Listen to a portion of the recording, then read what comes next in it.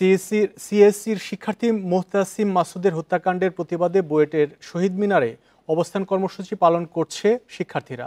হত্যাকাণ্ডে জড়িতদের সর্বোচ্চ শাস্তি নিশ্চিত সহ 5 দফা দাবিতে সেখানে তারা সংবাদ সম্মেলনও করেন।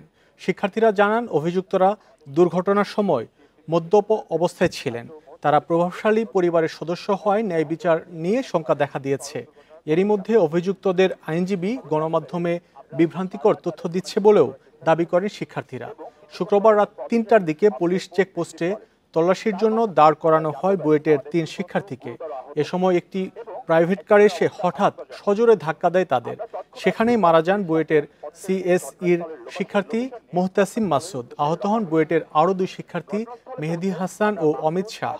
ঘটনাস্থল থেকে আটক করা হয় 3 জনকে। ঘটনাস্থলে থাকা রাস্তায় পেছন থেকে একটি প্রাইভেট কার বেপরোয়া গতিতে এসে স্থির অবস্থায় থাকা মোটরসাইকেল সহ 3 জনকে আঘাত করে।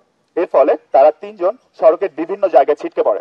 আমরা দেখতে পাচ্ছি যে অভিযুক্তদের আইনজীবী গণমাধ্যমে বিভিন্ন রকমের বিভ্রান্তিমূলক তথ্য দিয়ে ঘটনাকে ধামাচাপা দেওয়ার চেষ্টা করছেন।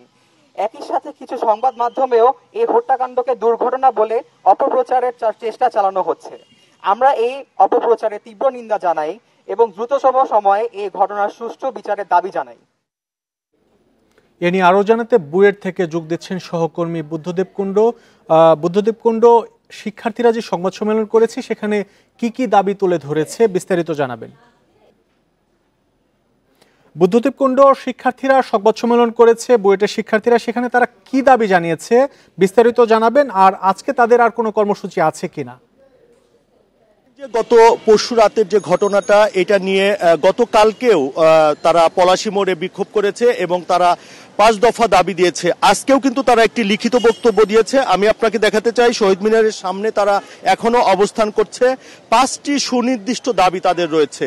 একটি, মাসুদ যে হত্যাকাণ্ডের শিকার হয়েছে তারা এটাকে নিছক একটি দুর্ঘটনা বলতে একদমই নারাজ। কারণ আপনি জানেন যে যিনি গাড়ি চালাচ্ছিলেন তিনি এবং তার 2 জন যে গাড়িতে ছিল তারা সকলেই মদ্যপ অবস্থায় ছিল বলে এটার প্রমাণ পাওয়া গেছে। ডোপ টেস্ট বলছেন যে এটি একটি দুর্ঘটনা নয়, এটি অবশ্যই হত্যাকাণ্ড এবং সেই হত্যাকাণ্ডের সর্বোচ্চ বিচার নিশ্চিত করতে হবে, 1 নাম্বার। 2 নাম্বার, আহত যারা রয়েছে এই আহতদের সম্পূর্ণ চিকিৎসা ব্যয়ভার বহন করতে হবে যারা বিবাদী পক্ষ রয়েছে তাদেরকে। এবং 3 নাম্বার, যারা আহত অবস্থায় রয়েছে তাদের অবস্থাও খুব একটা ভালো নয়। সেই আহত অবস্থায় যারা রয়েছে তাদেরকে বুয়েট প্রশাসনের, তারা আহত অবস্থায় হয়তো পরীক্ষায় উপস্থিত নাও থাকতে পারে, এই বিষয়টাও যেন বুয়েট কর্তৃপক্ষ দেখে, অর্থাৎ তাদের লেখাপড়ায় কোনো বিঘ্ন যেন না ঘটে সেটি নিশ্চিত করতে হবে বলে তারা দাবি করেছে। আরেকটি বিষয় যে আপনি জানেন গাড়ি চালক যিনি ছিলেন প্রভাবশালী একজনের ছেলে এবং তারা শঙ্কা প্রকাশ করেছে যে এর আগেও দেখা গেছে প্রভাবশালী যারা ছিল তারা মামলাকে ভিন্ন খাতে নেয়ার একটি চেষ্টা করে থাকে এবং তারা অভিযোগ করেছেন ইতিমধ্যে বিবাদী পক্ষের যে আইনজীবী তারা বিভিন্ন গণমাধ্যমে এটাকে দুর্ঘটনা, নিছক একটি দুর্ঘটনা হিসেবে চালিয়ে দেওয়ার চেষ্টা করছে। বিভিন্ন গণমাধ্যমকে তারা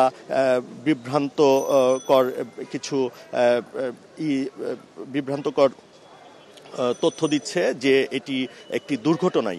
তো তারা 5 দফা দাবি দিয়েছে। লিখিত বক্তব্যে তারা জানিয়েছে যে এটির সুনির্দিষ্ট যদি এখানে এই হত্যাকাণ্ডের বিচার না হয় তারা কিন্তু বৃহত্তর কর্মসূচি দিবে এবং তারা বলছে যে শুধু সিএসসি ডিপার্টমেন্টের শিক্ষার্থী নয়, সাধারণ শিক্ষার্থী নয়, পুরো বুয়েটকে কিন্তু তারা অচল করে দেওয়া হবে।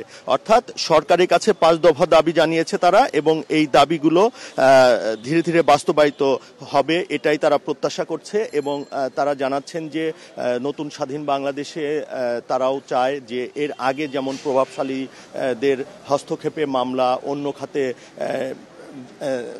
যেত সেরকমটি যেন না হয়। আমরা আশা করি এই ঘটনার সুষ্ঠু তদন্ত এবং ন্যায় বিচার হবে।